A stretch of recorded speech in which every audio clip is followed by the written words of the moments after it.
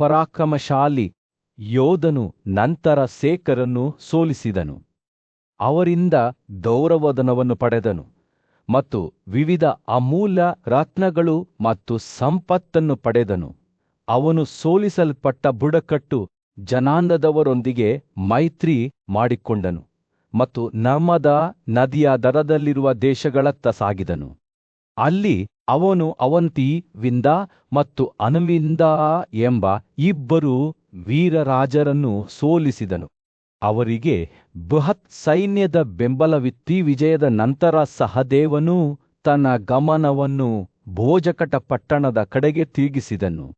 ಅಲ್ಲಿ ಅವನ ಮತ್ತು ರಾಜ ಭೀಷ್ಮಕನ ನಡುವೆ 2 ದಿನಗಳ ಕಾಲ ಭೀಕರ ಯುದ್ಧ ನಡೆಯಿತು. ಆದರೆ ಹೆಚ್ಚಿನ ಸಂಖ್ಯೆಯ ಹೊರತಾಗಿಯೂ ರಾಜಕುಮಾರನು ವಿಜಯಶಾಲಿಯಾಗಿ ಹೊರಹೊಮ್ಮಿದನು. ಕೇವಲ ಭೀಷ್ಮಕನನ್ನು ಮಾತ್ರವಲ್ಲದೆ ಕೋಸಲದ ರಾಜ ಮತ್ತು ರೇನ್ವಾದ ದರದಲ್ಲಿರುವ ಪ್ರದೇಶಗಳ ಆಡಳಿತಗಾರನನ್ನೂ ಸೋಲಿಸಿದನು. ನಂತರ ನಾಯಕನು ಯುದ್ಧದಲ್ಲಿ ನತಕೇಯರು ಮತ್ತು ಹೆರಮಾಕಳೆರಡನ್ನೂ ಸೋಲಿಸಿ ಮರುದ ದೇಶವನ್ನು ವಶಪಡಿಸಿಕೊಂಡನು ಮತ್ತು ಮುಂಜಾಗ್ರಾಮನನ್ನು ಶರಣಾಗುವಂತೆ ಮಾಡಿದನು. ಸಹದೇವನ ಶಕ್ತಿ ಮತ್ತು ಕಾರ್ಯತಂತ್ರದ ಚಿಂತನೆಯು ನಚಿನರು ಮತ್ತು ಅರ್ವುಕಾಗಳ ಪ್ರಬಲ ರಾಜರನ್ನು ಮತ್ತು ವಿವಿಧ ಅರಣ್ಯ ರಾಜರನ್ನು ಸೋಲಿಸಲು ಅವಕಾಶ ಮಾಡಿಕೊಟ್ಟಿತ್ತು.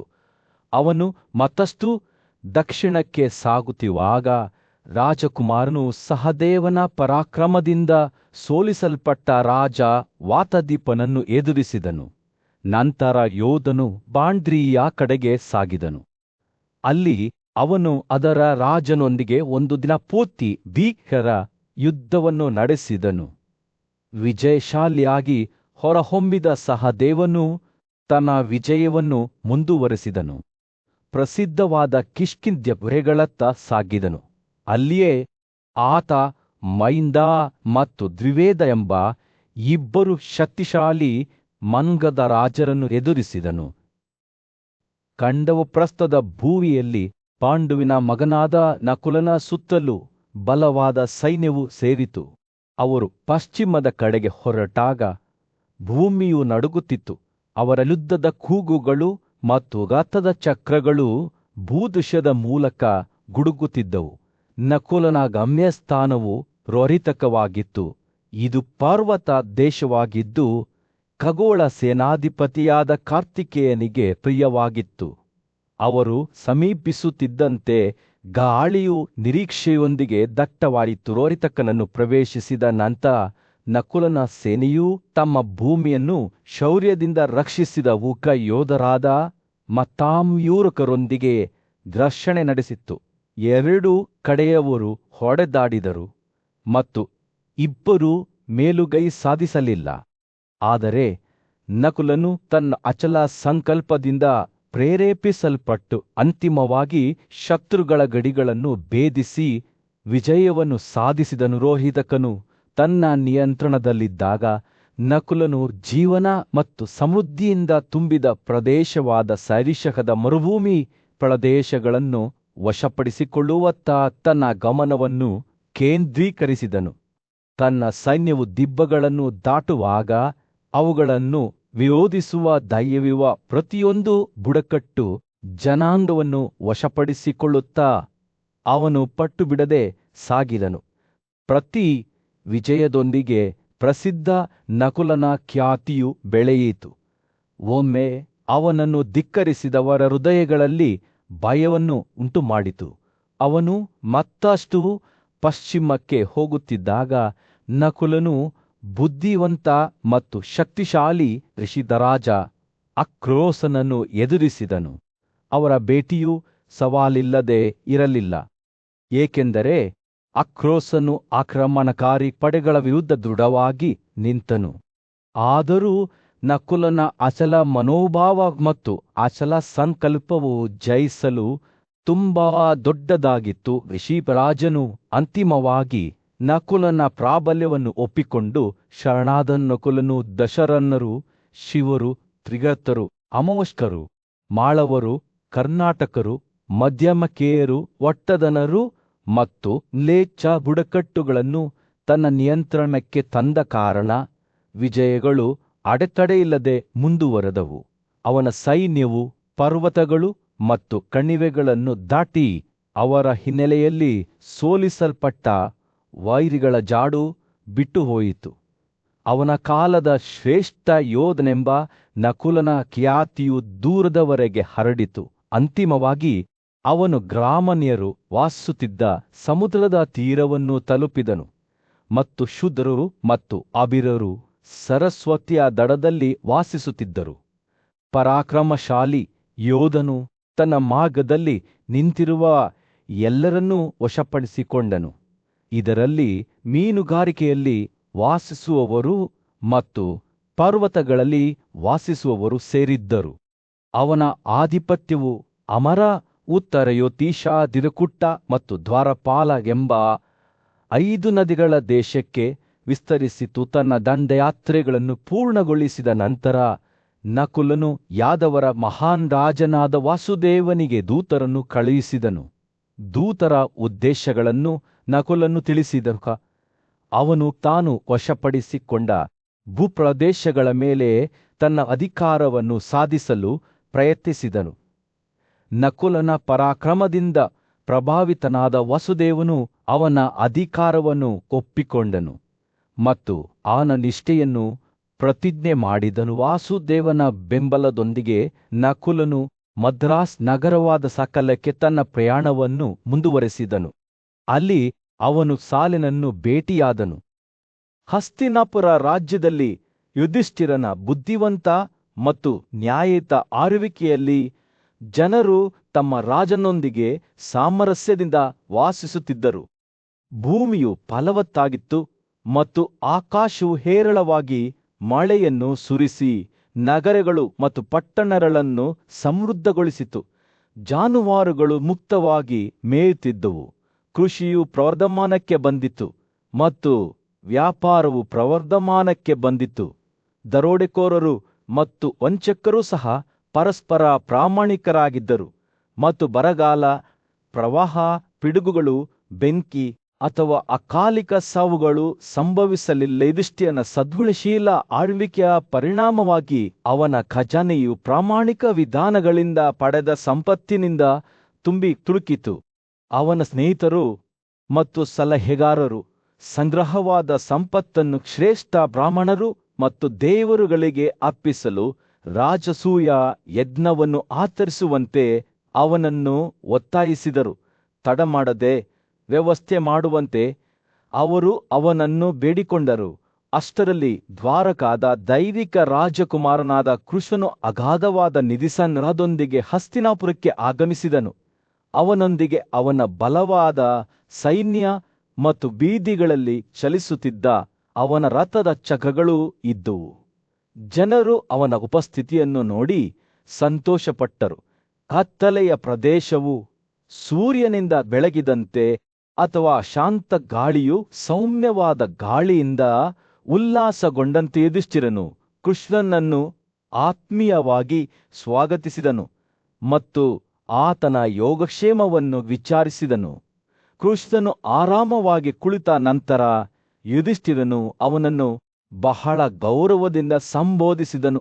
ಓ ಕೃಷ್ಣ, ನಿನ್ನ ದೈವಿಕ ಆಶೀರ್ವಾದದ ಮೂಲಕವೇ ನಾನು ಈ ಅಪಾರ ಸಂಪತ್ತನ್ನು ಪಡೆದುಕೊಂಡಿದ್ದೇನೆ. ಪವಿತ್ರ ನಿಯಮಗಳ ಪ್ರಕಾರ ಶ್ರೇಷ್ಠ ಬ್ರಾಹ್ಮಣರಿಗೆ ಮತ್ತು ಯಜ್ಞದ ವಾಹಕರಿಗೆ ಅದನ್ನು ಅರ್ಪಿಸಲು ನಾನು ಬಯಸುತ್ತೇನೆ. ಅವನು ರಾಜಸೂಯ ಯಜ್ಞವನ್ನು ಆಚರಿಸಲು ಕೃಷ್ಣನ ಅನುಮತಿಯನ್ನು ಕೋರಿದನು. ಯಜ್ಞದಲ್ಲಿ ತನ್ನನ್ನು ತಾನು ಪ್ರತಿಷ್ಠಾಪಿಸಿಕೊಳ್ಳುವ ಮೂಲಕ ಅಥವಾ ಕೃಷ್ಣನು ಅದನ್ನು ನೆರವೇರಿಸುವಂತೆ ಮಾಡುವ ಮೂಲಕ ಯುಧಿಷ್ಠಿರನ ಭಕ್ತಿಯಿಂದ ಸಂತೋಷಗೊಂಡ ಕೃಷ್ಣನು ಅವನ ಸದ್ಗುಣಗಳನ್ನು ಸಾಧಿಸಿದನು. ಓ ರಾಜನೇ, ನೀನು ಸಾಮ್ರಾಜ್ಯಶಾಹಿ ಘನತೆಗೆ ಅರ್ಹನಾಗಿದ್ದೀಯ. ದೊಡ್ಡ ತ್ಯಾಗವನ್ನು ನೀನು ಮಾಡಲಿ. ಅದರ ಉದ್ದೇಶಕ್ಕಾಗಿ ನಾನು ಯಾವುದಾದರೂ ಹುದ್ದೆಯಲ್ಲಿ ಸಹಾಯ ಮಾಡುತ್ತೇನೆ. ಅವನು ಯುಧಿಷ್ಠಿರನ ಆಜ್ಞೆಗಳನ್ನು ಪಾಲಿಸಲು ಮತ್ತು ಯಶಸ್ಸನ್ನು ಸಾಧಿಸಲು ಸಹಾಯ ಮಾಡಲು ಮುಂದಾದನು. ಕೃಷ್ಣನ ಆಗಮನದಿಂದಾಗಿ ತನ್ನ ಸಂಕಲ್ಪವು ಈಗಾಗಲೇ ಫಲ ನೀಡಿದೆ ಎಂದು ಹೇಳಿದ ಯುಧಿಷ್ಠಿರನು ಅತಿಯಾಗಿ ಸಂತೋಷಪಟ್ಟನು. ಆತನು ತನ್ನ ಸಹೋದರರು ಮತ್ತು ಸಲಹೆಗಾರರಿಗೆ ಯಾವುದೇ ವಿಳಂಬವಿಲ್ಲದೆ ಯಜ್ಞಕ್ಕಾಗಿ ಸಾಮಗ್ರಿಗಳನ್ನು ಸಂಗ್ರಹಿಸಲು ಆದೇಶಿಸಿದನು. ಪಾಂಡವ ಸಹೋದರರಲ್ಲಿ ಹಿರಿಯನಾದ ಸಹದೇವನಿಗೆ ಬ್ರಾಹ್ಮಣರ ನಿರ್ದೇಶನದಂತೆ ಯಜ್ಞಕ್ಕೆ ಅಗತ್ಯವಾದ ವಸ್ತುಗಳನ್ನು ಸಂಗ್ರಹಿಸಲು ಜನರನ್ನು ನೇಮಿಸುವ ಕಾರ್ಯವನ್ನು ವಹಿಸಲಾಯಿತು. ಸತ್ಯವತಿಯ ಮಗನಾದ ದ್ವೈಪಾಯನನು ಗೌರವಾನ್ವಿತರ ಬ್ರಾಹ್ಮಣರನ್ನು ಯಜ್ಞ ಪುರೋಹಿತರನ್ನಾಗಿ ನೇಮಿಸಿದನು.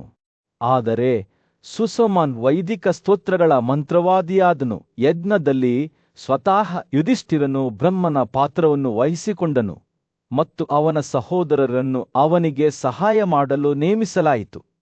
ಈ ಪುರುಷರ ಶಿಷ್ಯರು ಮತ್ತು ಪುತ್ರರನ್ನು ವೇದಗಳು ಮತ್ತು ಅವುಗಳ ಶಾಖೆಗಳಲ್ಲಿ ಚೆನ್ನಾಗಿ ಪರಿಣಿತರಾದ ಹೋಟ್ರಾಗಳಾಗಿ ನೇಮಿಸಲಾಯಿತು. ಸಿದ್ಧತೆಗಳನ್ನು ಪೂರ್ಣಗೊಳಿಸಿದ ನಂತರ ಎಲ್ಲಾ ಬ್ರಾಹ್ಮಣರು, ಕ್ಷತ್ರಿಯರು, ವೈಶ್ಯರು ಮತ್ತು ಇತರರನ್ನು ಆಹ್ವಾನಿಸಲು ದೂತರನ್ನು ಕಳುಹಿಸಲಾಯಿತು. ಹಸ್ತಿನಾಪುರ ನಗರದ ಮೇಲೆ ಸೂರ್ಯ ಉದಯಿಸುತ್ತಿದ್ದಂತೆ ಪಾಂಡುವಿನ ಮಗ ಸದಾ ವಿಜಯಶಾಲಿಯಾದ ನಕುಲನು ತನ್ನ ಸಹೋದರ ಯುಧಿಷ್ಠಿರನ ಭವ್ಯ ರಾಜಸೂಯ ಯಜ್ಞಕ್ಕೆ ಭೀಷ್ಮ ಮತ್ತು ಧೃತರಾಷ್ಟ್ರನನ್ನು ಆಹ್ವಾನಿಸಲು ಹೊರಟನು.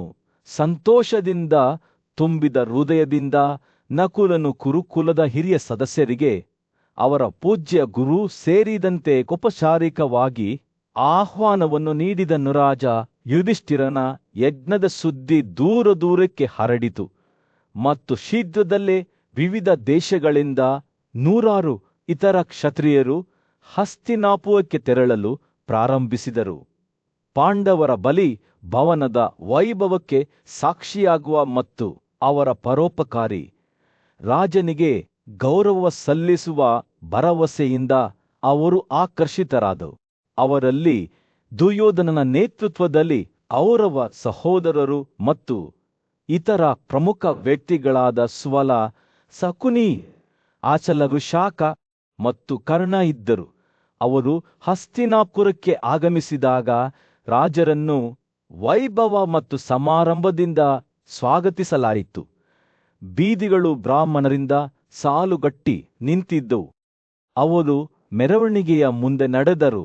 ಅವರ ಪವಿತ್ರ ಎಳೆಗಳು ಗಾಳಿಯಲ್ಲಿ ನಿಧಾನವಾಗಿ ತೂಗಾಡುತ್ತಿದ್ದವು.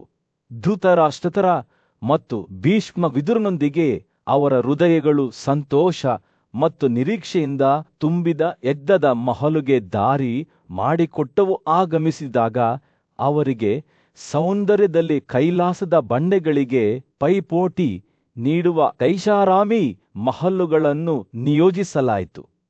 ಈ ಭವ್ಯವಾದ ಕಟ್ಟಡಗಳು, ಕೊಳಗಳು, ಎತ್ತರದ ಮರಗಳು ಮತ್ತು ಎಲ್ಲಾ ರೀತಿಯ ಪೀಠೋಪಕರಣಗಳಿಂದ ಅಲಂಕರಿಸಲ್ಪಟ್ಟವು.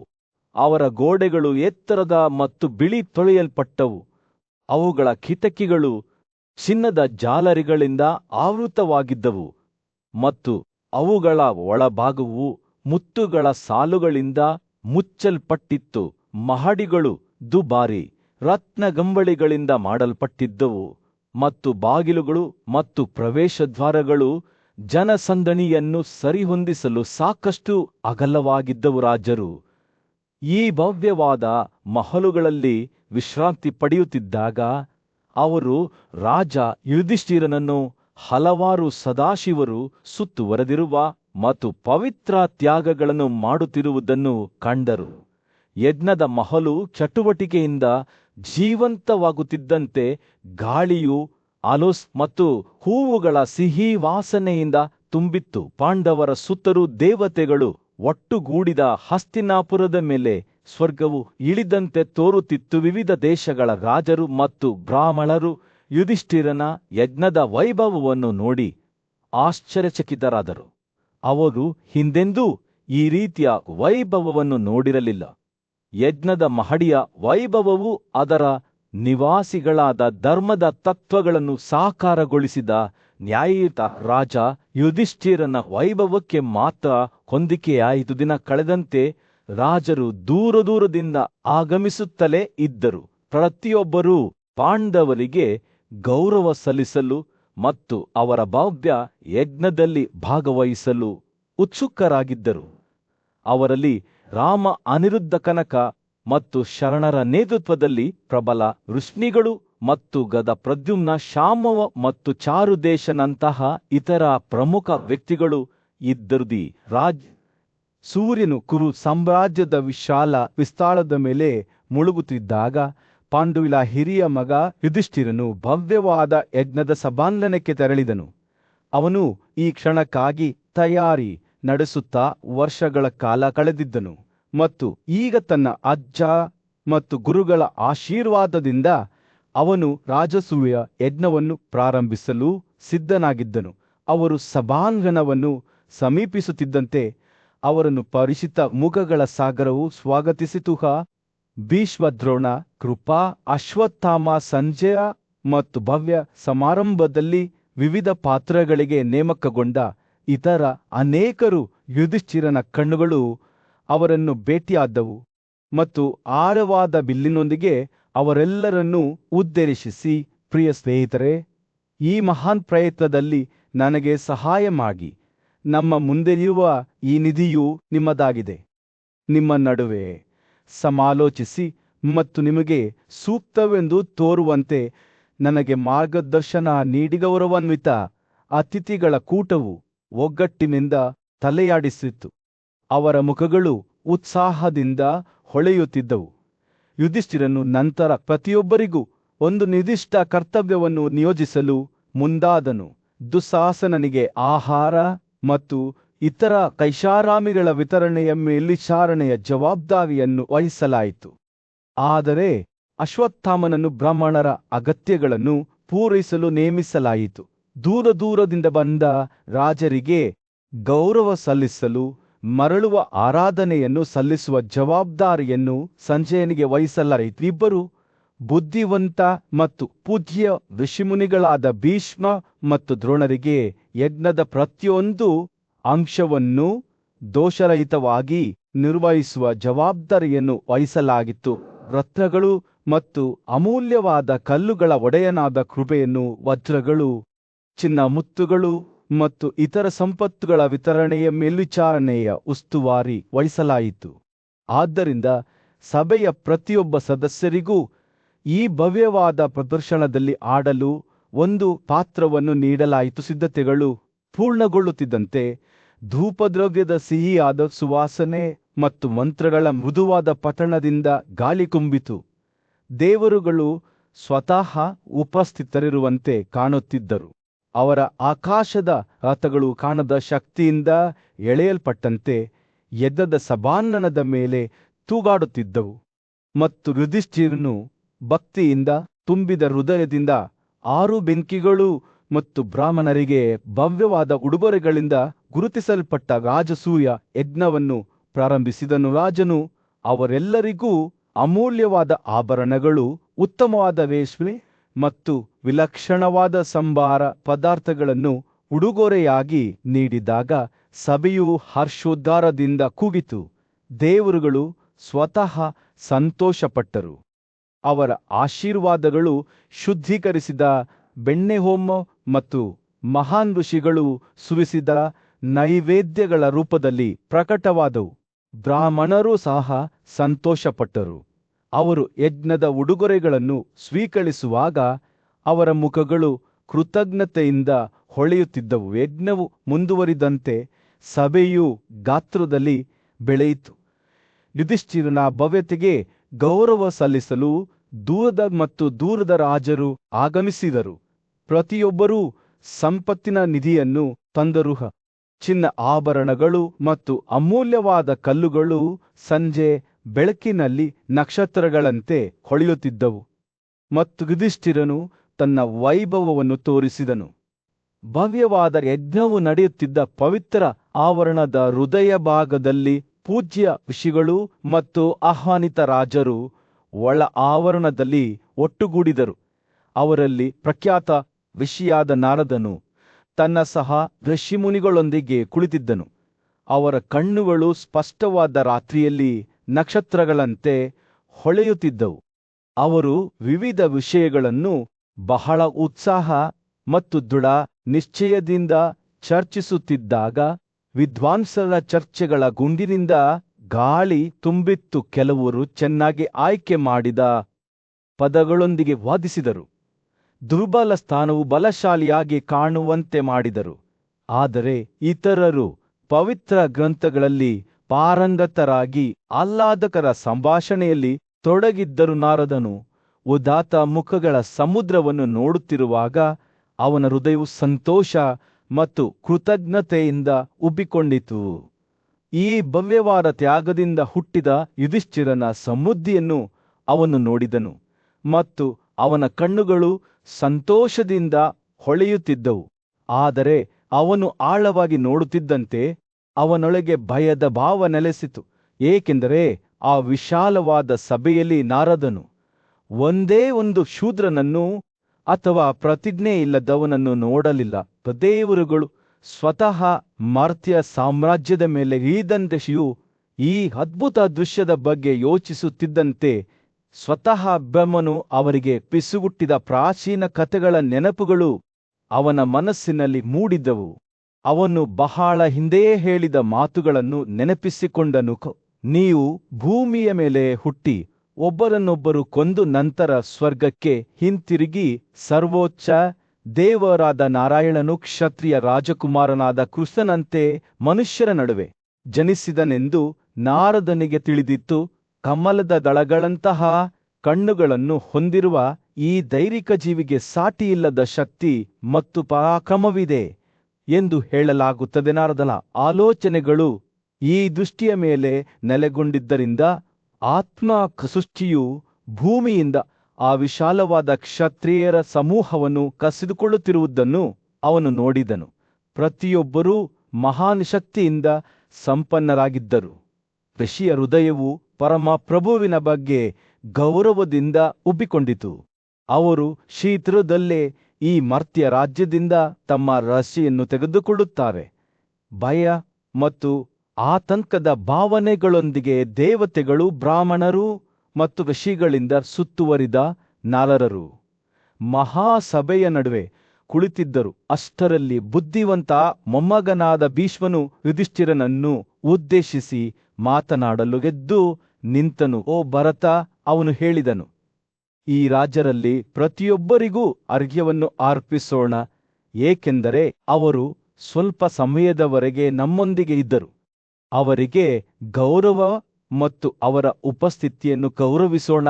ಯುಧಿಷ್ಠಿರನು ಸಮ್ಮತಿಯಿಂದ ತಲೆಯಾಡಿಸಿದನು ಮತ್ತು ಭೀಷ್ಮನು ಮುಂದುವರಿಸಿದನು, ಇವುಗಳಲ್ಲಿ ನೀವು ಯಾರನ್ನು ಅಗ್ರಗಣ್ಯರೆಂದು ಪರಿಗಣಿಸುತ್ತೀರಿ? ನಾವು ಯಾರಿಗೆ ಮೊದಲ ಅರ್ಘ್ಯವನ್ನು ಅರ್ಪಿಸಬೇಕು? ಭೀಷ್ಮನ ಬುದ್ಧಿವಂತ ಕಣ್ಣುಗಳು ಅವನ ಮುಂದೆ ಸಭೆಯನ್ನು ಪರಿಶೀಲಿಸಿದವು ಮತ್ತು ಅವನ ಹೃದಯವು ಅದರ ರಹಸ್ಯವನ್ನು ಬಹಿರಂಗಪಡಿಸಿತು. ಸೂರ್ಯನು ಎಲ್ಲಾ ಪ್ರಕಾಶಮಾನವಾದ ವಸ್ತುಗಳಿಗಿಂತ ಪ್ರಕಾಶಮಾನವಾಗಿ ಹೊಳೆಯುವಂತೆ ಅವನು ಹೇಳಿದನು.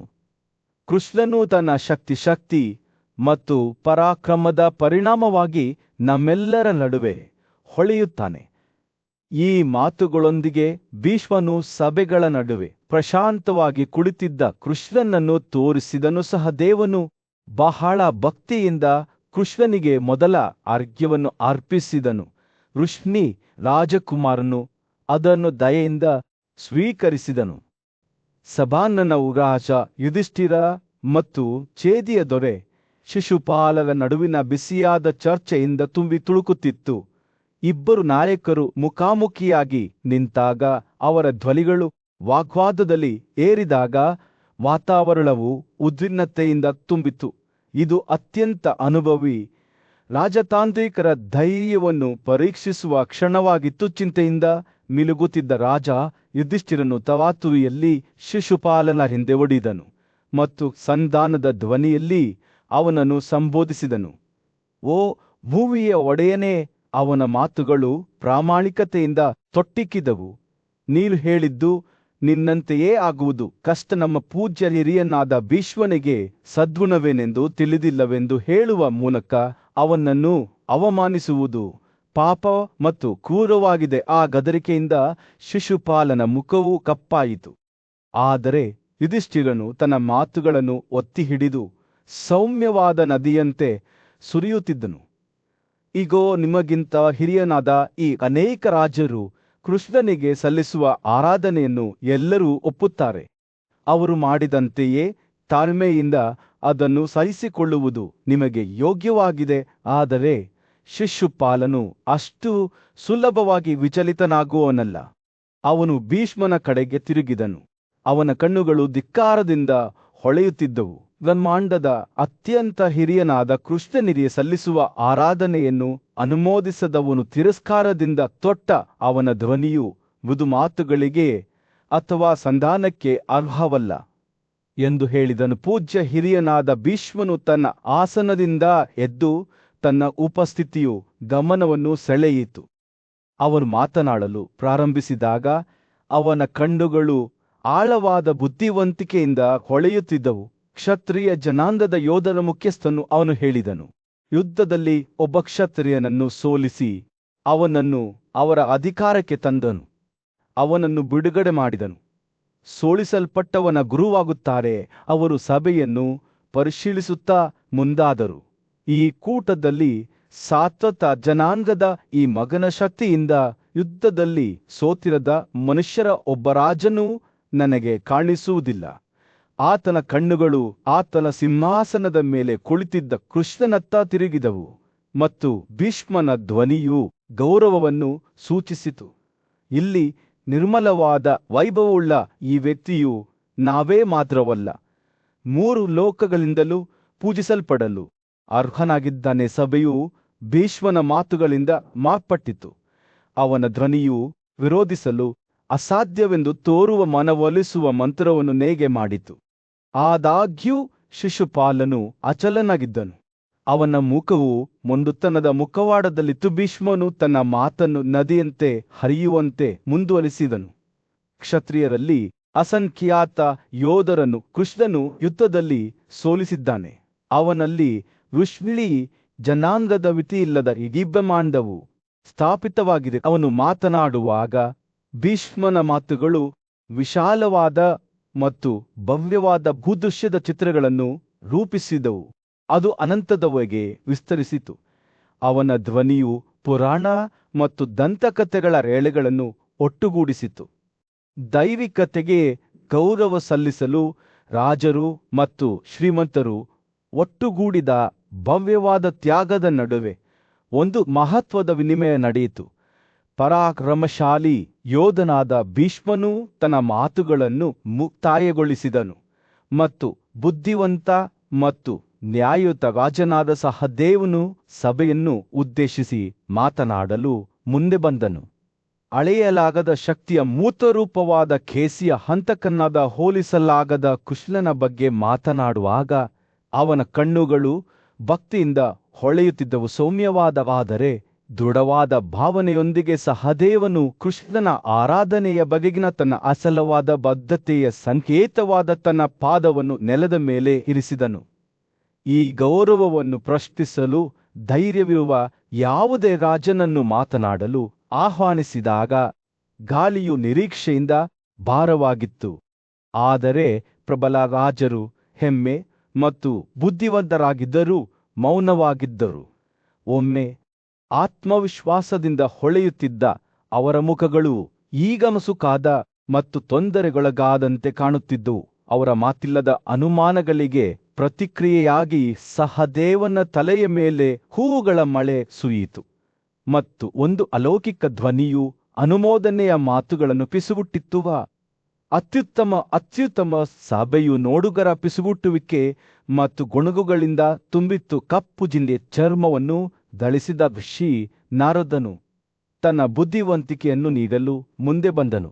ಪ್ರಾಚೀನ ಜ್ಞಾನದಿಂದ ಮಿಲುಗುತ್ತಿರುವ ಅವನ ಕಣ್ಣುಗಳು ಕೃಷ್ಣನನ್ನು ಪೂಜಿಸಲು ನಿರಾಕರಿಸಿದವರನ್ನು ಸತ್ತರೆಂದು ಪರಿಗಣಿಸಬೇಕು. ಆದರೂ ಅವರು ಉಸಿರು ತೆರೆದುಕೊಳ್ಳಬಹುದು ಎಂದು ಘೋಷಿಸುತ್ತಾ ಅವರು ಭವಿಷ್ಯ ಮತ್ತು ಭೂತಕಾಲದ ಬಗ್ಗೆ ಮಾತನಾಡಿದರು. ಬ್ರಾಹ್ಮಣ ಮತ್ತು ಕ್ಷತ್ರಿಯರ ನಡುವಿನ ವ್ಯತ್ಯಾಸವನ್ನು ಅರಿತ ಸಹದೇವನು ಗೌರವಕ್ಕೆ ಅರ್ಹರಾದವರನ್ನು ಗೌರವಿಸುವ ಮೂಲಕ ಸಮಾರಂಭವನ್ನು ಪೂರ್ಣಗೊಳಿಸಿದನು. ಆದರೆ ಕೃಷ್ಣನು ಮೊದಲ ಆರಾಧನೆಯನ್ನು ಸ್ವೀಕರಿಸಿದ ತಕ್ಷಣ ಛೇದಿಯವುಗ ಯೋಧನಾದ ಶಿಶುಪಾಲನು ತನ್ನ ಉರಿಯುವ ಮಾತುಗಳಿಂದ ಸಭೆಯನ್ನು ಕೆರಳಿಸಿದನು. ಅವನ ಕಣ್ಣುಗಳು ತಾಮ್ರದ ಕಂಬಳಿಗಳಂತೆ ಹೊಳೆಯುತ್ತಿದ್ದವು. ಅವನು ಗಾಜರನ್ನು ನಿಂದಿಸಿದನು. ಅವರು ಈಗ ತಮ್ಮ ನಾಯಕನ ಅನುಪಸ್ಥಿತಿಯಲ್ಲಿ ಏನು ಯೋಚಿಸುತ್ತಿದ್ದಾರೆ ಎಂದು ಕೇಳಿದರು. ಛೇದಿಯ ಕುದುರೆಯಾದ ಶಿಶುಪಾಲನು ಇತರ ರಾಜರೊಂದಿಗೆ ಸಂಚು ರೂಪಿಸಲು ಪ್ರಾರಂಭಿಸಿ ಯುದ್ಧದಲ್ಲಿ ಋಷಿಗಳು ಮತ್ತು ಪಾಂಡವರ ವಿರುದ್ಧ ನಿಲ್ಲುವಂತೆ ಅವರನ್ನು ಒತ್ತಾಯಿಸಿದನು. ಯಜ್ಞವನ್ನು ಪೂರ್ಣಗೊಳಿಸಲು ಹೇಗೆ ಅಡ್ಡಿಪಡಿಸಬೇಕು ಎಂದು ಚರ್ಚಿಸಿದಾಗ ಸಭೆಯ ಮುಖಗಳು ಮಸುಕಾದವು. ಅವರ ಕೋಪ ಮತ್ತು ಆತ್ಮವಿಶ್ವಾಸವು ಹಿಡಿದಿತ್ತು ಮತ್ತು ಯುಧಿಷ್ಠಿರನು ಅಂತಿಮ ಯಜ್ಞವನ್ನು ಮಾಡುವುದನ್ನು ಮತ್ತು ಕೃಷ್ಣನನ್ನು ಪೂಜಿಸುವುದನ್ನು ತಡೆಯುವುದಾಗಿ ಅವರು ಪ್ರತಿಜ್ಞೆ ಮಾಡಿದರು. ಅರಸರೊಳಗೆ ಸೃಷ್ಟಿಯಾದ ಕೋಲಾಹಲವನ್ನು ಅರಿತ ಕೃಷ್ಣನು ಅವರು ವಿನಾಶಕಾರಿ ಮುಖಾಮುಖಿಯನ್ನು ಎದುರಿಸಲು ಸಿದ್ಧರಾಗುತ್ತಿದ್ದಾರೆಂದು ಅರ್ಥ ಮಾಡಿಕೊಂಡನು. ರಾಜರ ವಿಶಾಲವಾದ ಸಮುದ್ರವು ಅದರ ಸೈನ್ಯದ ಅಲೆಗಳೊಂದಿಗೆ ಕೃಷ್ಣಿಗಳು ಮತ್ತು ಪಾಂಡವರ ಮೇಲೆ ವಿನಾಶಕಾರಿ ಕೋಪವನ್ನು ಉಂಟುಮಾಡಲು ಸಿದ್ಧವಾಗಿತ್ತು. ಸಭೆಯ ಕೋಪವು ತೀವ್ರಗೊಳ್ಳುತ್ತಿದ್ದಂತೆ ಅವರ ಸ್ನೇಹಿತರು ಅವರನ್ನು ಶಾಂತಗೊಳಿಸಲು ಪ್ರಯತ್ನಿಸಿದರು. ಆದರೆ ಅದು ವ್ಯರ್ಥವೆಂದು ತೋರುತ್ತದೆ. ತಮ್ಮ ಬೇಟೆಯಿಂದ ಹೊರಬಂದ ಗರ್ಜಿಸುವ ಸಿಂಹಗಳಂತೆ ಅವರ ಮುಖಗಳು ಪಟ್ಟುಬಿಡದ ಉಗ್ರತೆಯಿಂದ ಹೊಳೆಯುತ್ತಿದ್ದವು. ಸತ್ಯದ ಕ್ಷಣವು ಬಂದಿತ್ತು ಮತ್ತು ತ್ಯಾಗದ ಭವಿಷ್ಯವು ಸಮತೋಲನದಲ್ಲಿ ತೂಗು ಹಾಕಿತ್ತು. ಕೃಷ್ಣನು ಚಂಡಮಾರುತದ ಮಧ್ಯದಲ್ಲಿ ನಿಂತನು. ಅವನ ಉಪಸ್ಥಿತಿಯು ಒಟ್ಟುಗೂಡಿದ ಚಂಡಮಾರುತದ ನಡುವೆ ಶಾಂತಿಯ ದಾರಿದೀಪವಾಗಿತ್ತು. ಎಲ್ಲರ ಮನಸ್ಸಿನಲ್ಲಿ ಪ್ರಶ್ನೆಯಿತು. ರಾಜರ ವಿಶಾಲ ಸಭೆಯ ನಡುವೆ ಒಂದು ಯುಗದ ಕೊನೆಯಲ್ಲಿ ತೀವ್ರವಾದ ಗಾಳಿಯಿಂದ ಹೊಡೆದ ಪ್ರಕ್ಷುಬ್ಧ ಸಮುದ್ರದಂತೆ ಅವರ ಕೋಪವು ಉಲ್ಬಣಗೊಂಡಿತು. ಯುಧಿಷ್ಠಿರನು ಎತ್ತರವಾಗಿ ನಿಂತನು. ನೈತಿಕತೆಯಲ್ಲಿ ಪರಿಣಿತನಾದ ನ್ಯಾಯಯುತ ರಾಜನು ಕುರುಗಳ ಬುದ್ಧಿವಂತ ಮತ್ತು ಪೂಜ್ಯ ಮೊಮ್ಮಗನಾದ ತನ್ನ ಪೂಜ್ಯ ಅಜ್ಜ ಭೀಷ್ಮನ ಬಳಿಗೆ ಹೋದನು.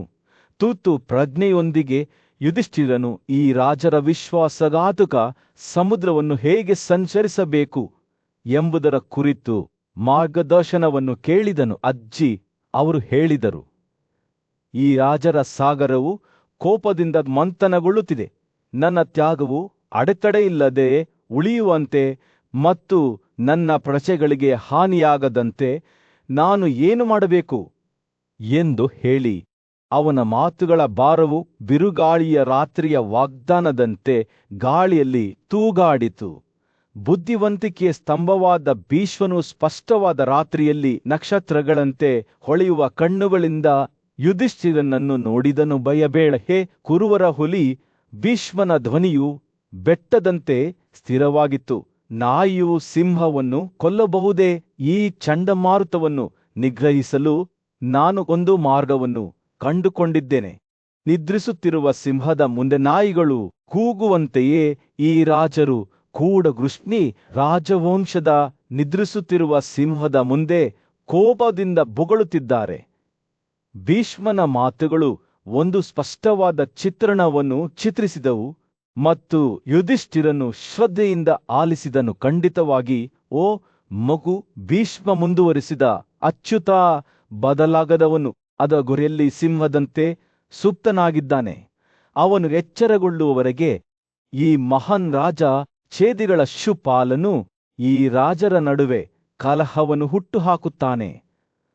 ಭೀಷ್ಮನ ಮಾತುಗಳು ಅವರೆಲ್ಲರನ್ನೂ ಬಂಧಿಸಿದ ಅದುಷ್ಟದ ಸಂಕೀರ್ಣ ಜಾಲದ ಬಗ್ಗೆ ಆಳವಾದ ತಿಳುವಳಿಕೆಯಿಂದ ತೊಟ್ಟಿಕ್ಕಿದವು. ಛೇದಿಗಳ ಆ ದುಷ್ಟ ಮನಸ್ಸಿನ ರಾಜನಾದ ಶಿಶುಪಾಲನು ಇತರ ಎಲ್ಲಾ ರಾಜರನ್ನು ತನ್ನ ಕತ್ತಲೆಯ ಸುಳಿಗೆ ಎಳೆಯಲು ಪ್ರಯತ್ನಿಸುತ್ತಿದ್ದನು. ಆದರೆ ಭೀಷ್ಮನು ವಂಚನೆಯ ಮುಸುಕನ್ನು ನೋಡಿದನು ಮತ್ತು ಸತ್ಯವನ್ನು ಬಹಿರಂಗಪಡಿಸಿದನು.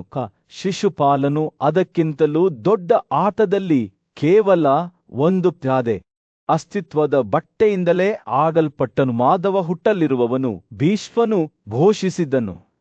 3 ಲೋಕಗಳಲ್ಲಿರುವ ಎಲ್ಲಾ ಜೀವಿಗಳ ಪೂರ್ವಜ ಮತ್ತು ವಿಧ್ವಂಸಕ.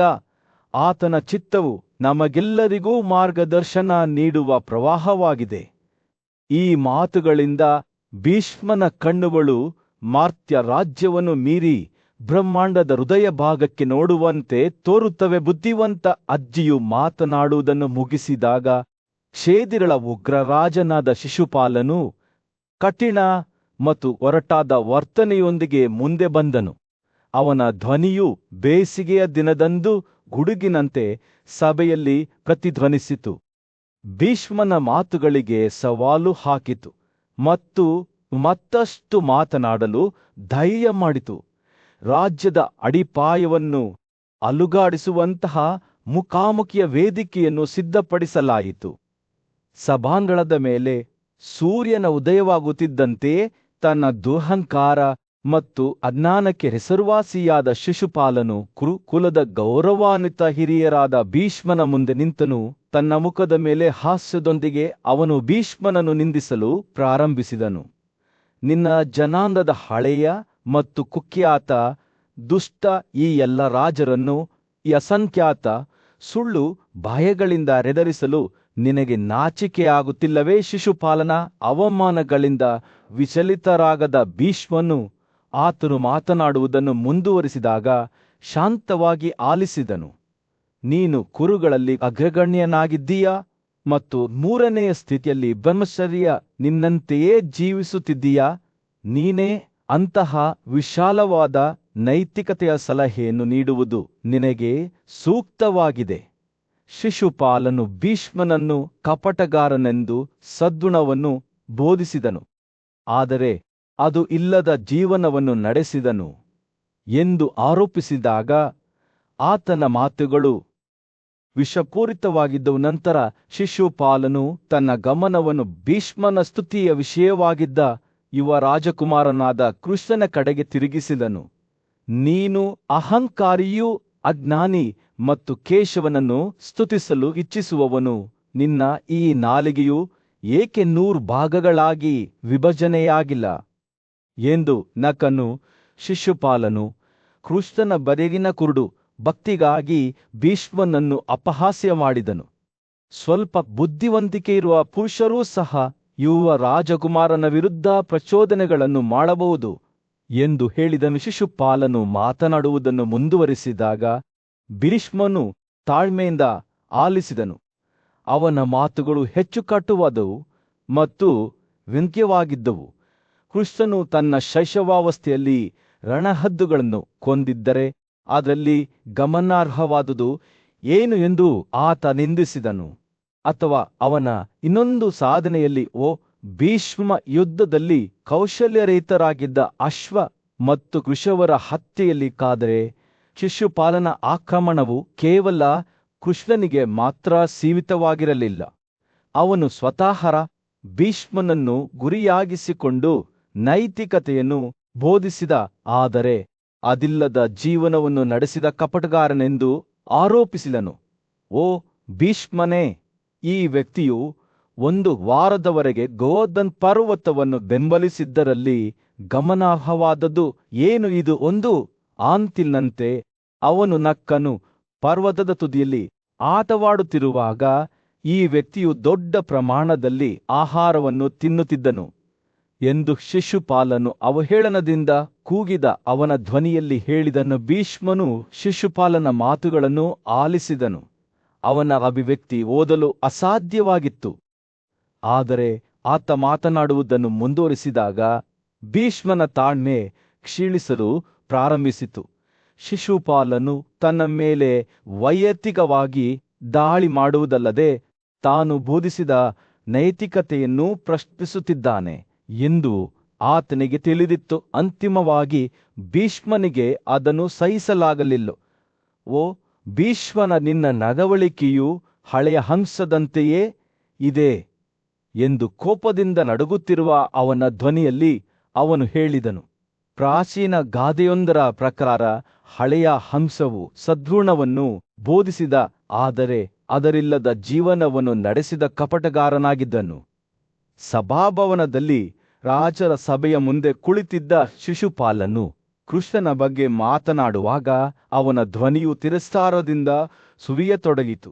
ಕೃಷ್ಣನೊಂದಿಗೆ ಹೋರಾಡಲು ನಿರಾಕರಿಸಿದ ಅವನನ್ನು ಗುಲಾಮನೆಂದು ಕರೆದ ಆ ಪರಾಕ್ರಮಶಾಲಿ ರಾಜ ಜರಾಸಂಧನು ನನ್ನ ಅತ್ಯುನ್ನತ ಗೌರವಕ್ಕೆ ಯೋಗ್ಯನಾಗಿದ್ದನು. ಅವನ ಮಾತುಗಳು ವಿಷಪೂರಿತವಾಗಿದ್ದವು ಮತ್ತು ಎಲ್ಲಾ ಕಣ್ಣುಗಳು ಶಿಶುಪಾಲನ ಕಡೆಗೆ ತಿರುಗಿದಾಗ ಕೋಣೆಯು ಮೌನವಾಯಿತು. ಆದರೆ ಅವರ ಮಾತುಗಳು ಮಾತ್ರ ಗಮನ ಸೆಳೆಯಲಿಲ್ಲ. ಅವರು ಮಾತನಾಡುವ ಧ್ವನಿಯೂ ಸಹ, ಏಕೆಂದರೆ ಶಿಶುಪಾಲರ ಧ್ವನಿಯು ತುಕು ಹಿಡಿದ ಬಾಗಿಲಿನಂತೆ ಕಿವಿಗಳ ಮೇಲೆ ಕಠಿಣವಾಗಿತ್ತು ಮತ್ತು ಅವನ ಮಹತ್ವವು ಕಡಿಮೆ ಕಚ್ಚುವಂತಿರಲಿಲ್ಲ. ಕೃಷ್ಣನು ಬ್ರಾಹ್ಮಣನಂತೆ ವೇಷ ಧರಿಸಿ ಅಸಮರ್ಪಕ ದ್ವಾರದ ಮೂಲಕ ಪ್ರವೇಶಿಸುವ ಮೂಲಕ ಜರಾಸಂಧನ ಶಕ್ತಿಯನ್ನು ಗಮನಿಸಿದ್ದನು ಎಂದು ಅವನು ಹೇಳಿದನು. ಮತ್ತು ಜರಾಸಂಧನು ಅವನ ಪಾದಗಳನ್ನು ತೊಳೆಯಲು ನೀರನ್ನು ನೀಡಿದಾಗ ಕೃಷ್ಣನು ತನ್ನ ಬ್ರಾಹ್ಮಣತ್ವವನ್ನು ನಿರಾಕರಿಸಿದನು. ಸದ್ಗುಣವನ್ನು ತೋರಿಸಿದನು. ಸಭೆಯು ಕೃಷ್ಣ, ಭೀಮ ಮತ್ತು ಅರ್ಜುನರ ಕೈಯಲ್ಲಿ ಜರಾಸಂಧನ ಮರಣದ ನೆನಪಿನಿಂದ ತುಂಬಿ ತುಳುಕುತ್ತಿತ್ತು. ಶಿಶುಪಾಲನು ಅವರ ಕ್ರಿಯೆಗಳನ್ನು ಅಣಕಿಸುತ್ತಾ, ಕೃಷ್ಣನು ನಿಜವಾಗಿಯೂ ಬ್ರಹ್ಮಾಂಡದ ಒಡೆಯನಾಗಿದ್ದರೆ ಅವನು ತನ್ನನ್ನು ತಾನು ಬ್ರಾಹ್ಮಣನೆಂದು ಪರಿಗಣಿಸಬೇಕಾಗಿತ್ತು ಎಂದು ಹೇಳಿದನು. ಕೋಣೆಯು ಮತ್ತೊಮ್ಮೆ ಮೌನವಾಯಿತು. ಕೇವಲ ನಿಲುವಂಗಿಗಳ ಸದ್ದು ಮತ್ತು ಸಭೆಯ ಮೃದುವಾದ ಗೊಣಗಾಟ ಮಾತ್ರವಾದರೆ ಎಲ್ಲರೂ ಸುಮ್ಮನಿರಲಿಲ್ಲ. ಭೀಮಸೇನನು ದೊಡ್ಡ ಶಕ್ತಿಯಿಂದ ಹೆಚ್ಚುತ್ತಿರುವ ಕೋಪದಿಂದ ಶಿಶುಪಾಲನ ಮಾತುಗಳನ್ನು ಕೇಳುತ್ತಿದ್ದನು. ಅವನ ಕಣ್ಣುಗಳು ಸ್ವಾಭಾವಿಕವಾಗಿ ದೊಡ್ಡದಾಗಿದ್ದವು ಮತ್ತು ಕಮಲದ ಎಲೆಗಳಂತೆ ವಿಸ್ತರಿಸುತ್ತಿದ್ದವು. ಈಗ ಅವನ ಕೋಪದ ಪ್ರಭಾವದಿಂದ ತಾಮ್ರದಂತೆ ಕೆಂಪು ಬಣ್ಣದಲ್ಲಿ ಹೊಳೆಯುತ್ತಿದ್ದವು. ಒಟ್ಟುಗೂಡಿದ ರಾಜರು ಅವನ ಹಣೆಯ ಮೇಲೆ ತ್ರಿವಳಿ, ಶಿಖರದ ಪರ್ವತದ ಮೇಲೆ ತ್ರಿವಳಿ ಪ್ರವಾಹಗಳ ಗಂಧೆಯಂತೆ 3 ಸುಕ್ಕುಗಳ ಸಾಲುಗಳನ್ನು ನೋಡಿದರು. ಭೀಮಸೇನನು ಕೋಪದಿಂದ ತನ್ನ ಹಲ್ಲುಗಳನ್ನು ರುಬ್ಬಲು ಪ್ರಾರಂಭಿಸಿದಾಗ ರಾಜರು ಎಲ್ಲಾ ಜೀವಿಗಳನ್ನು ನುಂಗಲು ಸಿದ್ಧವಾಗಿದ್ದ ಅವನ ಮುಖವನ್ನು ಯುಗದ ಕೊನೆಯಲ್ಲಿ ಅವನ ಮರಣದ ಮುಖವನ್ನು ಹೋಲುವಂತೆ ನೋಡಿದರು. ದೊಡ್ಡ ಮನಸ್ಸಿನ ಶಕ್ತಿಯಿಂದ ಕೂಡಿದ ನಾಯಕನು ಆತುರದಿಂದ ಜಿಗಿತವನ್ನು ಮಾಡುತ್ತಿರುವಾಗ ಗಾಳಿಯು ಒತ್ತಡದಿಂದ ದಟ್ಟವಾಗಿತ್ತು. ಆದರೆ ಕುರುಸರ ಪರಾಕ್ರಮಶಾಲಿ ಮಹಾಶಯನೂ ಆಗಿದ್ದ ಭೀಷ್ಮನು ಅವನನ್ನು ಮಹಾದೇವನಂತೆ ಸೆರೆ ಹಿಡಿದು ಮಹಾಸೇನವನ್ನು ವಶಪಡಿಸಿಕೊಂಡರು. ಸೌಮ್ಯವಾದ ಆದರೆ ದೃಢವಾದ ಗ್ರಹಿಕೆಯಿಂದ ಅವನು ಭೀಮನನ್ನು ಹಿಮ್ಮೆಟ್ಟಿಸಿದನು ಮತ್ತು ಅವನ ಮಾತುಗಳು ಶೀಘ್ರದಲ್ಲೇ ಉಗ್ರಯೋಧನ ಕೋಪವನ್ನು ಶಮನಗೊಳಿಸಿದವು. ತನ್ನ ಖಂಡಗಳನ್ನು ಎಂದಿಗೂ ಮೀರದ ಸಾಗರದಂತೆ ಮಳೆಗಾಲದ ನೀರಿನಿಂದ ಉಕ್ಕಿದ್ದರೂ ಸಹ ಭೀಮನಿಗೆ ಭೀಮನ ಮಾತುಗಳಿಗೆ ಅವಿಧೇಯನಾಗಲು ಸಾಧ್ಯವಾಗಲಿಲ್ಲವಾದಾಗ್ಯೂ ಭೀಮಸೇನನ ಕೋಪದ ಹೊರತಾಗಿಯೂ ಧೈರ್ಯಶಾಲಿ ಶಿಶುಪಾಲನು ಭಯದಿಂದ ನಡುಗಲಿಲ್ಲ. ಅವನು ಸಿಂಹದಂತೆ ಎತ್ತರವಾಗಿ ನಿಂತನು, ಕೋಪದಲ್ಲಿ ಒಂದು ಸಣ್ಣ ಪ್ರಾಣಿಯನ್ನು ಕುಗ್ಗಿಸಲಿಲ್ಲ. ಅಂತಹ ಕೋಪದಲ್ಲಿ ಭೀಮನ ಭೀಕರ ಪರಾಕ್ರಮವನ್ನು ನೋಡಿದ ಛೇದ್ಯ ಪ್ರಬಲ ರಾಜನು ನಕ್ಕನು ಮತ್ತು ಹೇಳಿದನು, ಅವನನ್ನು ಬಿಡುಗಡೆ ಮಾಡಿ. ಓ ಭೀಷ್ಮ, ನನ್ನ ಪರಾಕ್ರಮದಿಂದ ಸುಟ್ಟು ಹೋದ ಅವನನ್ನು ಎಲ್ಲ ರಾಜರು ಕೀಟದಂತೆ ನೋಡಲಿ. ಛೇದಿ ರಾಜ್ಯದಲ್ಲಿ ಅದರ ಆಡಳಿತಗಾರನಿಗೆ ಒಂದು ವಿಚಿತ್ರವಾದ ಮಗು ಜನಿಸಿತು. ಶಿಶುಪಾಲನೆಂದು ಅವನು ಹೆಸರಾದನು. ಇತರರಿಗಿಂತ ಭಿನ್ನವಾಗಿದ್ದನು. ಅವನಿಗೆ 3 ಕಣ್ಣುಗಳು ಮತ್ತು 4 ತೋಳುಗಳಿದ್ದವು ಮತ್ತು ಅವನು ತನ್ನ ಮೊದಲ ಉಸಿರನ್ನು ತೆಗೆದುಕೊಂಡ ಕ್ಷಣದಿಂದ ಅವನು ರಕ್ತಸಿಕ್ತವಾದ ಕೂಗನ್ನು ಹೊರಹಾಕಿದನು. ಅದು ಅವನ ಹೆತ್ತವರ ಮತ್ತು ಅವರ ಆಸ್ಥಾನಿಕರ ಬೆನ್ನೆಲುಬುಗಳನ್ನು ನಡುಗಿಸಿತ್ತು. ರಾಜ ಮತ್ತು ರಾಣಿ ಆತಂಕದಿಂದ ತಮ್ಮ ಪಕ್ಕದಲ್ಲಿದ್ದರು ಮತ್ತು ಅವರು ಮಗುವಿನ ಭವಿಷ್ಯಕ್ಕಾಗಿ ಹೆದರುತ್ತಿದ್ದರು. ಆದರೆ ಅವರು ಅವನನ್ನು ತ್ಯಜಿಸಲು ಹೊರಟಿದ್ದಂತೆಯೇ ಕಾಣದ ಧ್ವನಿಯು ಮಾತನಾಡುತ್ತಾ, ಶಿಶುಪಾಲನು ಶ್ರೇಷ್ಠತೆಗಾಗಿ ಉದ್ದೇಶಿತನಾಗಿದ್ದಾನೆ ಎಂದು ಅವರಿಗೆ ಭರವಸೆ ನೀಡಿತು.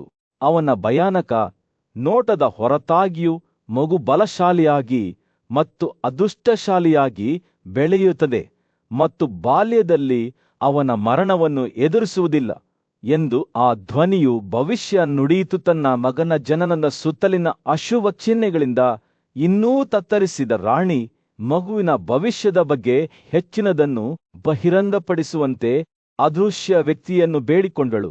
ಶಿಶುಪಾಲನ ಕೊನೆಯ ಸಾವಿಗೆ ಯಾರು ಹೊಣೆ ಎಂದು ಅವಳು ಕೇಳಿದಳು ಮತ್ತು ನಿಗೂಢ ಪ್ರತಿಕ್ರಿಯೆಯನ್ನು ಎದುರಿಸಿದಳು.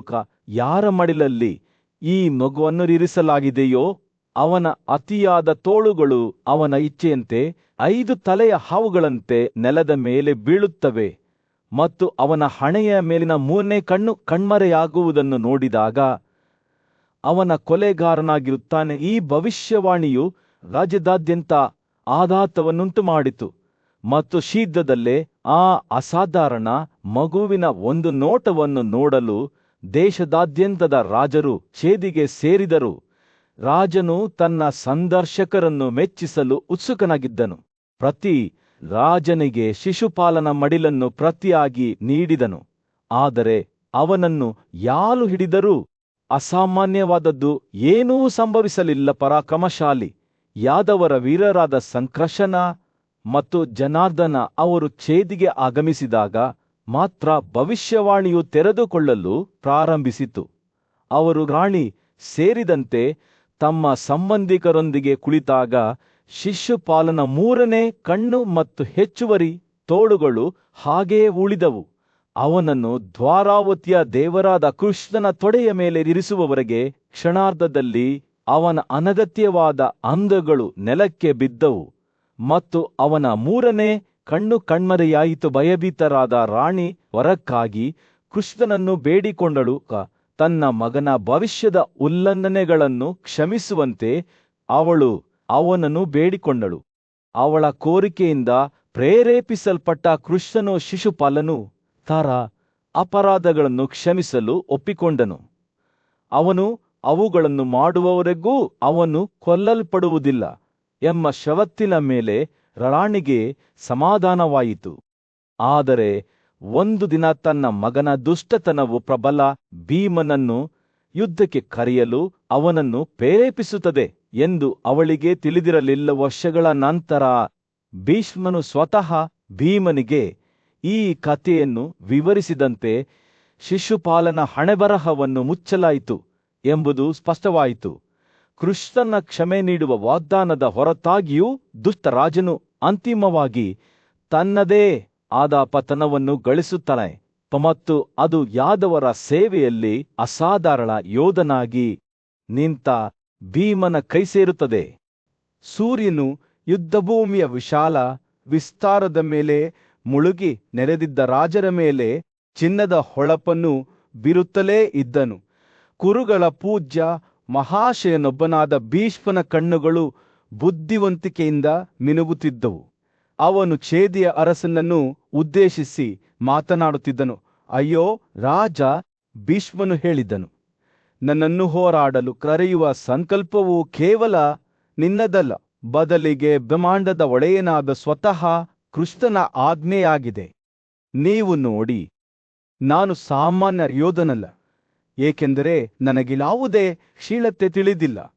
ಆದರೂ ನಾನು ಒಬ್ಬ ಸಾಮಾನ್ಯ ಸೈನಿಕನಂತೆ ನನ್ನನ್ನು ಕರೆಯಲು ನೀವು ಧೈರ್ಯ ಮಾಡುತ್ತೀರಿ. ನಮ್ಮ ವೈರಿಗಳು ಕೃಷ್ಣನ ಪರಾಕ್ರಮದಿಂದ ಸಂಪನ್ನರಾಗಲಿ, ಇತರರನ್ನು ಸ್ತುತಿಸಲು ನಿಮ್ಮ ಮನಸ್ಸು ಸಂತೋಷಪಟ್ಟರೆ, ಅವನು ಜನಿಸಿದ ತಕ್ಷಣ ಈ ಭೂಮಿಯನ್ನು ಕಸಿದುಕೊಂಡ ವಲ್ಲಿಕದ ದೊರೆ ದಾರದನನ್ನು ಸ್ತುತಿಸಿ, ಜರಾಸಂಧವನ್ನು ಸೋಲಿಸಿ, ಅದರ ಬೇಟೆಯನ್ನು ನುಂಬುವ ಸಿಂಹದಂತೆ ಅವನನ್ನು ಹರಿದು ಹಾಕಿದ ಪರಾಕ್ರಮಶಾಲಿ ಯೋಧ ಕರ್ಣನನ್ನು ಸ್ತುತಿಸಿ ಎಂದು ಛೇದಿಯ ದೊರೆ ಕೋಪದಿಂದ ತಿರುಗಿದನು. ಭೀಷ್ಮನು ರಾಜನ ಮಾತುಗಳನ್ನು ತಾಳ್ಮೆಯಿಂದ ಆಲಿಸಿದನು. ಅವನ ಅಭಿವ್ಯಕ್ತಿ ಬದಲಾಗದೆ ಇತ್ತು.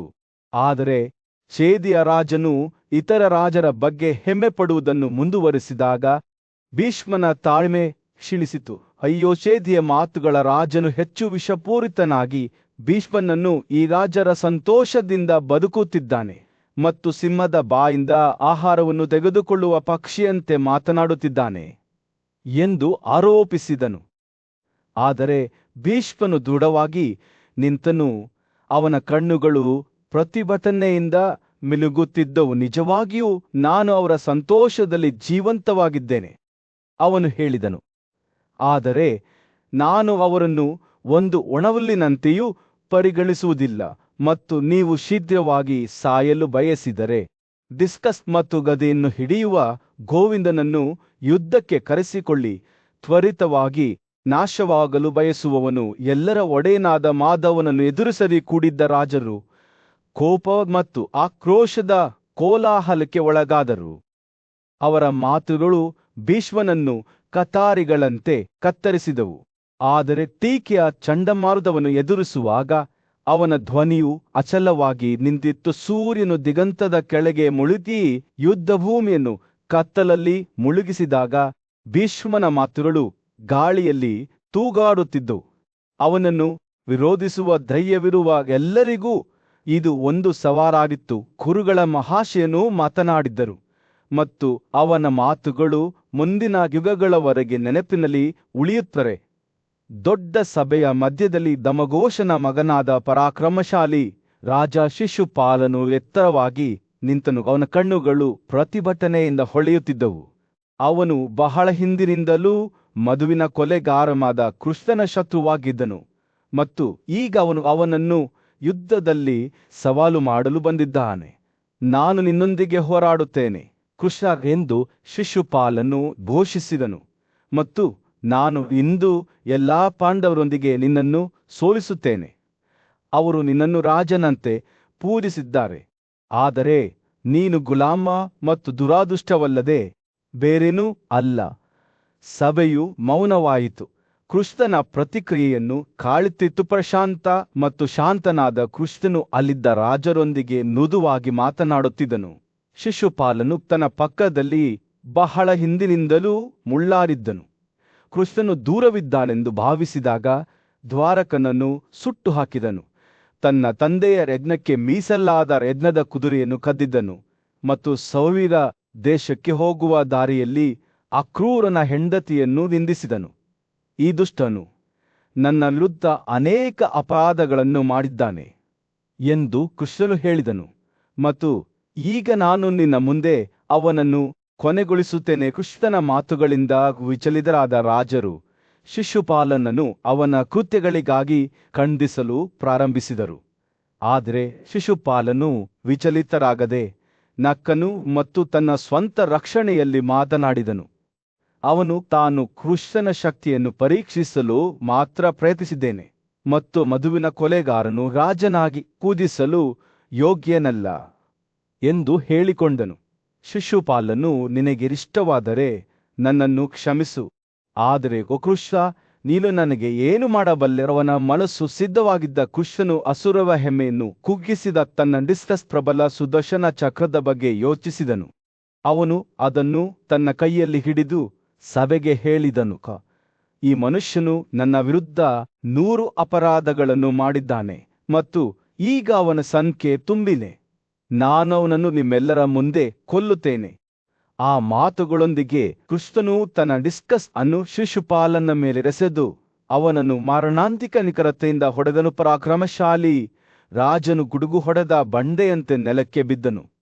ಅವನ ದೇಹವು ಛಿದ್ರವಾಯಿತು ಮತ್ತು ಅದರಿಂದ ಕೃಷ್ಣನನ್ನು ಆರಾಧಿಸುವ ತೀವ್ರವಾದ ಶಕ್ತಿಯು ಹೊರಹೊಮ್ಮಿತು ಮತ್ತು ಅವನ ದೇಹವನ್ನು ಪ್ರವೇಶಿಸಿತು. ಸಭೆಯು ಭಯದಿಂದ ಉಸಿರುಗಟ್ಟಿಸಿತು, ಏಕೆಂದರೆ ಅವರು ಹಿಂದೆಂದೂ ಇಂತಹದ್ದನ್ನು ನೋಡಿರಲಿಲ್ಲ. ಆಕಾಶವು ಕತ್ತಲಾಯಿತು ಮತ್ತು ಗುಡುಗುಗಳ ಸ್ಫೋಟಗಳೊಂದಿಗೆ ಮಳೆ ಸುರಿಯಿತು. ಅಲ್ಲಿದ್ದ ರಾಜರು ಮೌನದಲ್ಲಿ ಭ್ರಮೆಗೊಂಡರು. ಕೆಲವರು ಕೋಪದಿಂದ ತಮ್ಮ ಹಂದೆಗಳನ್ನು ಉಜ್ಜಿದರು, ಇತರರು ಕೋಪದಿಂದ ತುಟಿಗಳನ್ನು ಕಚ್ಚಿದರು. ಆದರೆ ಅವ್ಯವಸ್ಥೆಯ ನಡುವೆ ಕೃಷ್ಣನ ಮೇಲೆ ವಿಚಿತ್ರವಾದ ಶಾಂತಿ ನೆಲೆಸಿತು. ಆತ ತನ್ನ ಕಣ್ಣುಗಳು ಕರುಣೆಯಿಂದ ಹೊಳೆಯುತ್ತಿದ್ದವು. ಆತ ತನ್ನೊಳಗೆ ಪ್ರವೇಶಿಸಿದ ಶಕ್ತಿಯನ್ನು ನೋಡುತ್ತಿದ್ದನು. ಸಭೆಯು ನಿಧಾನವಾಗಿ ತನ್ನ ಪ್ರಜ್ಞೆಗೆ ಮರಳಿದಾಗ ಅವರು ಆಶ್ಚರ್ಯಕರವಾದ ದೃಶ್ಯವನ್ನು ನೋಡಿದವು. ಈಗ ಶಿಶುಪಾಲನ ಶಕ್ತಿಯನ್ನು ಹೊಂದಿದ್ದ ಕೃಷ್ಣನು ತನ್ನ ಎಲ್ಲಾ ವೈಭವದಲ್ಲಿ ಸೂರ್ಯನಂತೆ ಹೊಳೆಯುತ್ತಿದ್ದರು. ಮಹಾನುಷಿಗಳು ಮತ್ತು ಬ್ರಾಹ್ಮಣರು ಕೇಶವನನ್ನು ಹೊಗಳಿದರು. ಅವರ ಹೃದಯಗಳು ತುಂಬಿದವು. ರಾಜಸೂಯ ಯಜ್ಞವನ್ನು ಪೂರ್ಣಗೊಳಿಸಿದ ನಂತರ ಪಾಂಡವರಿಗೆ ದೊಡ್ಡ ಸಂಪತ್ತನ್ನು ತಂದ ಒಂದು ಮಹತ್ವದ ಸಂದರ್ಭದಲ್ಲಿ ಪೂಜೆಯ ಕೃಷಿ ಮತ್ತು ಯುಧಿಷ್ಠಿರನ ಅಜ್ಜ ವ್ಯಾಸನು ಆಸ್ಥಾನಕ್ಕೆ ಆಗಮಿಸಿದನು. ರಾಜನು ತನ್ನ ಸಹೋದರರಿಂದ ಸುತ್ತುವರಿದನು.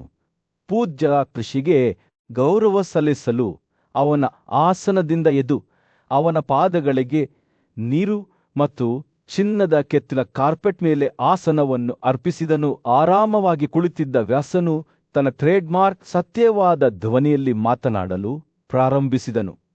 ಓ ಕುಂತಿಯ ಮಗನೇ, ನೀನು ಸಾಧಿಸಲು ಕಷ್ಟವಾದ ಸಾಮ್ರಾಜ್ಯಶಾಹಿ ಪ್ರಭುತ್ವವನ್ನು ಸಾಧಿಸಿ ಅದೃಷ್ಟದ ಮೂಲಕ ಏರಿದೆ.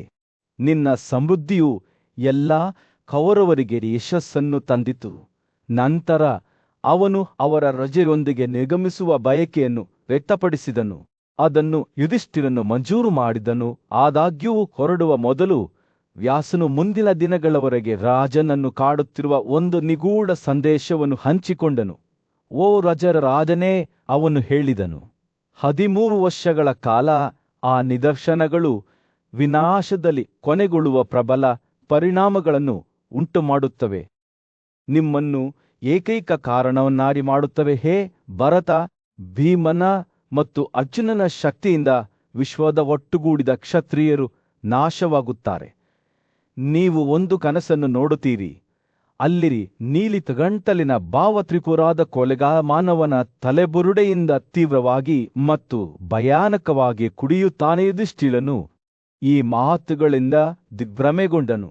ಆದರೆ ಸಮಯದ ಪ್ರಭಾವವನ್ನು ಯಾರೂ ಮೀರಲು ಸಾಧ್ಯವಿಲ್ಲ ಎಂದು ವ್ಯಾಸನು ಅವನಿಗೆ ಭರವಸೆ ನೀಡಿದನು. ನಂತರ ಬುದ್ಧಿವಂತ ಋಷಿ ತನ್ನ ಶಿಷ್ಯರೊಂದಿಗೆ ರಾಜನಿಗೆ ವಿದಾಯ ಹೇಳಿ ಕೈಲಾಸ ಪರ್ವತದ ಕಡೆಗೆ ಹೊರಟನು. ವ್ಯಾಸನು ಹೊರಟು ಹೋದ ತಕ್ಷಣ ಯುಧಿಷ್ಠಿರನು ಆತಂಕ ಮತ್ತು ದುಃಖದಲ್ಲಿ ಮುಳುಗಿದನು.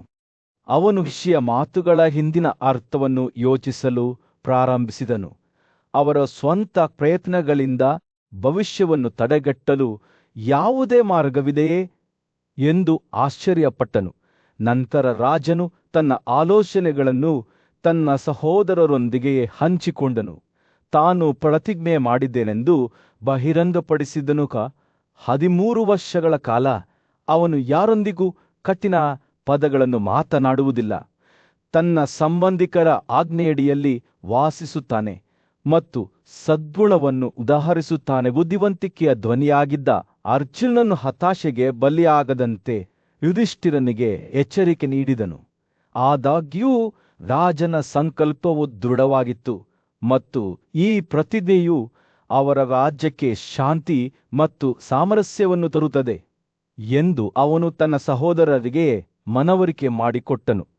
ಹೊಸ ಉದ್ದೇಶದ ಪ್ರಜ್ಞೆಯೊಂದಿಗೆ ಪಾಂಡವರು ತಮ್ಮ ಸಹೋದರನ ವಾಗ್ದಾನವನ್ನು ಎತ್ತಿಹಿಡಿಯುವುದಾಗಿ ಪ್ರತಿಜ್ಞೆ ಮಾಡಿದರು. ರಾಜರು ಆಸ್ಥಾನದಿಂದ ಹೊರಟು ಹೋದಾಗ ಯುಧಿಷ್ಠಿರ ಮತ್ತು ಅವನ ಸಹೋದರರು ಶುಭ ವಿಧಿಗಳನ್ನು ನೆರವೇರಿಸಿ ತಮ್ಮ ಮಂತ್ರಿಗಳೊಂದಿಗೆ ತಮ್ಮ ಅರಮನೆಯನ್ನು ಪ್ರವೇಶಿಸಿದರು. ಏತನ್ಮಧ್ಯೆ ದಿಗಂತದಲ್ಲಿ ಬೀಸುತ್ತಿದ್ದ ಚಂಡಮಾರುತದ ಅರಿವಿಲ್ಲದೆ ದುರ್ಯೋಧನ ಮತ್ತು ಶಕುನಿ ಸಭಾಮಂದಿರದಲ್ಲಿ ವಾಸಿಸುತ್ತಲೇ ಇದ್ದರು. ರಾಜ್ಯದ ಅಡಿಪಾಯವನ್ನು ಅಲುಗಾಡಿಸುವ ಮತ್ತು ಅವರವರ ಪತನಕ್ಕೆ ಕಾರಣವಾಗುವ ಒಂದು ದೊಡ್ಡ ಯುದ್ಧಕ್ಕೆ ವೇದಿಕೆಯನ್ನು ಸಿದ್ಧಪಡಿಸಲಾಗಿತ್ತು. ವ್ಯಾಸರ ಭವಿಷ್ಯವಾಣಿಯನ್ನು ಹೇಳಲಾಗುತ್ತಿತ್ತು ಮತ್ತು ಅದರ ಪರಿಣಾಮಗಳು ಈಗ ಅನಿವಾರ್ಯವಾಗಿದ್ದವು. ಪಾಂಡವರ ಭವ್ಯ ಸಭೆಯ ಮನೆಯಲ್ಲಿ ದೊಡ್ಡ ಹೆಮ್ಮೆ ಮತ್ತು ಮಹತ್ವಾಕಾಂಕ್ಷೆಯ ವ್ಯಕ್ತಿಯಾಗಿದ್ದ ದುರ್ಯೋಧನನು ತನ್ನ ಶತ್ರುಗಳ ನಡುವೆ ವಾಸಿಸುತ್ತಿದ್ದನು. ಅವನು ತನ್ನ ಕುತಂತ್ರದ ಚಿಕ್ಕಪ್ಪ ಶಕುನಿಯೊಂದಿಗೆ ಸಭಾಂಗಣಗಳಲ್ಲಿ ತಿರುಗಾಡುತ್ತಿದ್ದನು. ಅವನು ವರ್ಷಗಳ ಕಾಲ ಪಾಂಡವರ ವಿರುದ್ಧ ರಹಸ್ಯವಾಗಿ ಸಂಚು ರೂಪಿಸುತ್ತಿದ್ದನು. ಅವರು ಅರಮನೆಯನ್ನು ಅನ್ವೇಷಿಸುತ್ತಿದ್ದಂತೆಯೇ ಅದರ ಗೋಡೆಗಳನ್ನು ಅಲಂಕರಿಸಿದ ಆಕಾಶದ ವಿನ್ಯಾಸಗಳನ್ನು ನೋಡಿ ದುರ್ಯೋಧನನ ಕಣ್ಣುಗಳು ಆಶ್ಚರ್ಯದಿಂದ ವಿಶಾಲವಾದವು. ಆದರೆ ಅವನ ಅವಸರ ಮತ್ತು ಅಜ್ಞಾನದಲ್ಲಿ ಅವನು ಒಂದು ಸ್ಫಟಿಕದ ಮೇಲ್ಮೈಯನ್ನು ನೀರಿನ ಕೊಳ ಎಂದು ತಪ್ಪಾಗಿ ಭಾವಿಸಿ ತನ್ನ ಬಟ್ಟೆಗಳನ್ನು ಹೊರತೆಗೆದನು. ನಂತರ ತನ್ನ ತಪ್ಪನ್ನು ಅರಿತುಕೊಂಡನು. ಕಮಲದ ಹೂವುಗಳಿಂದ ಅಲಂಕರಿಸಲ್ಪಟ್ಟ ಸ್ಫಟಿಕದ ನೀರಿನ ಸರೋವರಕ್ಕೆ ಬಿದ್ದಾಗ ಅದು ಗಟ್ಟಿಯಾದ ನೆಲ ಎಂದು ಭಾವಿಸಿ ಅವಮಾನವು ಹೆಚ್ಚಾಯಿತು. ಪರಾಕ್ರಮಶಾಲಿ ಭೀಮ ಮತ್ತು ಇತರ ಪಾಂಡವರಿಗೆ ದುರ್ಯೋಧನನ ದುಸ್ಸಾಹಸಗಳನ್ನು ನೋಡಿ ನಗುವುದನ್ನು